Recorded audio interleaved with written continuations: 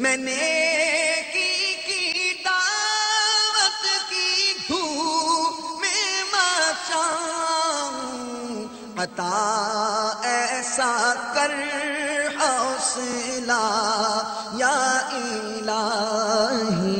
ہم سب کو قرآن مجید فرقان حمید توجہ سے پڑھنا چاہیے۔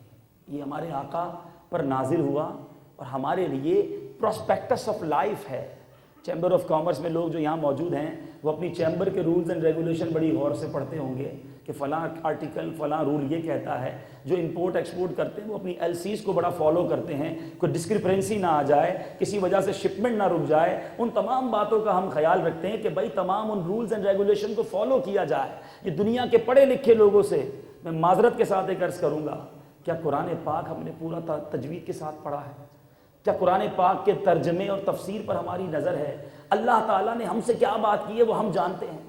آج آپ کو آپ کا بائر ایک ای میل کرتا ہے، آج آپ کو آپ کا کوئی بڑا اچھا دوست ایک میسج کرتا ہے۔ ہم میں سے کئی لوگوں کا یہ ڈیلی روٹین ہے کہ صبح اٹھتے ہی سب سے پہلے ہم نے ای میل چیک کرنی ہے، اپنے موبائل کے میسیجز چیک کرنے ہیں کہ کہیں کوئی اہم میسج ہم سے رہ نہ جائے، کوئی اہم پیغام ہم سے رہ نہ جائے۔ لوگوں کے پیغام کی اتنی فکر ہے، رب نے قرآن میں مجھے اور آپ کو کیا پیغام دیا ہے اس کو سمجھنے کی کوئی فکر نہیں۔ آپ کہیں گے جناب ہمیں عربی نہیں آتی، تو پاکستان میں رہنے والوں کو تو انگریزی بھی نہیں آتی تھی، لیکن بزنس کے لیے آپ نے انگلش ڈاکیومنٹ پڑھنا سیکھ لیے۔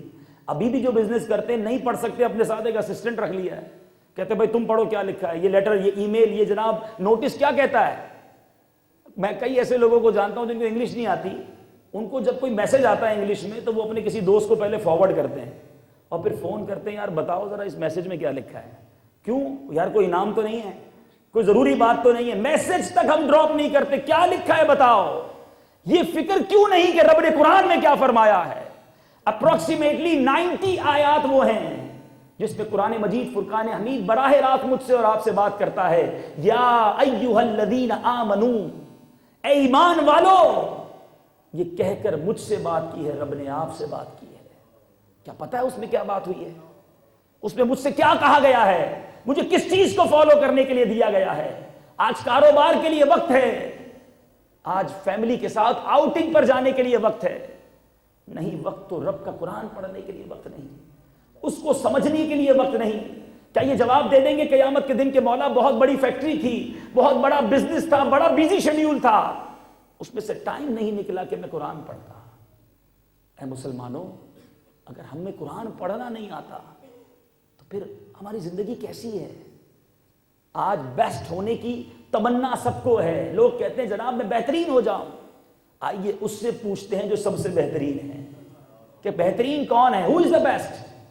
سارے اچھوں سے اچھا سمجھیے جسے، ہے اس اچھے سے اچھا ہمارا نبی۔ وہ آقا کہتے ہیں دا بیسٹ امنگسٹ یو، تم میں سب سے بہترین وہ ہے جو قرآن پڑھتا ہے اور دوسروں کو قرآن پڑھاتا ہے۔ کیا ان بہترین لوگوں میں شامل ہوں؟ کیا میری آنکھیں روز اللہ کے کلام کو دیکھتی ہیں؟ کیا میری زبان روزانہ کچھ آیتوں کی تلاوت کرتی ہے؟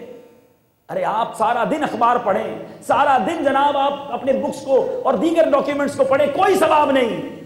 پڑھیں الف لام میم، میرے آقا فرماتے میں نہیں کہتا ایک حرف ہے، الف الگ حرف ہے، لام الگ ہے، میم الگ ہے، ہر حرف پر 10 نیکیاں ملتی ہیں۔ ارے پڑھی جاؤ اور رب کی رحمتیں لوٹے جاؤ۔ اگر قرآن پڑھنے کا وقت کس کے پاس؟ اور پھر اس قرآن میں کیسے کیسے میسیجز موجود ہیں، ہم سمجھیں، ہم دیکھیں۔ میں فقط ایک چند آیتیں، چونکہ یہاں بزنس مین موجود ہے، یہ بتانا چاہتا ہوں۔ آج ہمارے بچوں کو بڑے بڑے ناول پڑھنے کا شوق، ڈائجسٹ پڑھنے کا شوق، اسٹوریز پڑھنے کا شوق ہے۔ ارے میں آپ کو بتاتا ہوں قرآن میں ایسی امیزنگ اسٹوریز ہیں، اگر ہم اپنے بچوں کو وہ سکھائیں، وہ پڑھائیں تو انہیں پتہ چلے کہ انبیاء کے واقعات کیسے تھے۔ خوش نصیب ہے وہ ماں باپ کہ جو اپنے بچوں کو حافظ بناتے ہیں، عالم بناتے ہیں، ان کو جناب دین سکھاتے ہیں۔ کوئی P H D, masters, bachelors, دنیا بھر کے یونیورسٹی سے ڈگری لینے والے کے بارے میں کوئی ایک روایت بتا دو کہ جس نے یہ ڈگری لے لی وہ جنت میں چلا جائے گا اور اپنے ماں باپ کو بھی جنت میں لے جائے گا۔ احادیث کی کتابوں میں یہ روایتیں بھری پڑی ہیں کہ جس نے قرآن کو یاد کیا، اس کے حلال کو حلال جانا، اس کے حرام کو حرام سمجھا، وہ حافظ اکیلا نہیں بلکہ اپنے خاندان کے 10 ایسے لوگوں کو جنت میں لے جائے گا جن پر گناہوں کی وجہ سے جنت جو ہے وہ حرام ہو چکی ہوگی۔ ایسی اولاد ہونی چاہیے گھر میں ایک، جو خود جنت میں جائے، میرا ہاتھ پکڑ کے لے جائے۔ علماء اللہ اللہ جن کے بچے عالم دین ہیں، ان کے اگر علماء بن جاتے ہیں، علماء کے بارے میں آتا ہے جب لوگوں کو کہا جائے گا جنت میں جاؤ، علماء کو روک لیا جائے گا کہ رکو، اپنے ساتھ اور لوگوں کو بھی جنت میں لے جاؤ۔ ان کے والدین کو عزت کا تاج پہنایا جائے گا، اہل محشر پہچان لیں گے کہ یہ عالم کا والد ہے، یہ حافظ کا والد ہے۔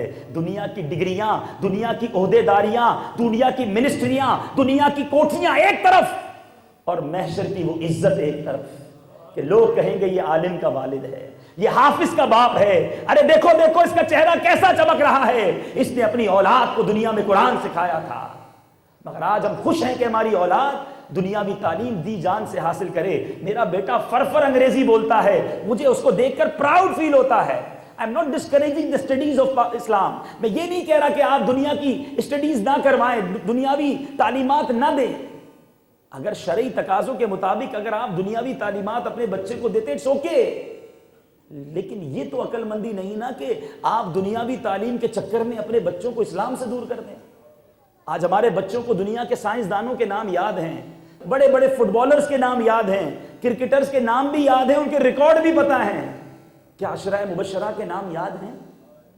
کیا جنگ احد میں جن صحابہ نے آقا کے لیے جان نثاری کے لیے جانیں قربان کی، ان کے واقعات یاد ہیں؟ آج ہٹلر کی جنگ ہمارے بچے کو پتا ہے، کیا جنگ بدر میں صحابہ کرام کی جیسے فرشتوں نے مدد کی وہ واقعہ یاد ہے؟ یہ کون سی ٹریننگ ہے؟ کسی اور طرف تو نہیں نکل گئے ہم۔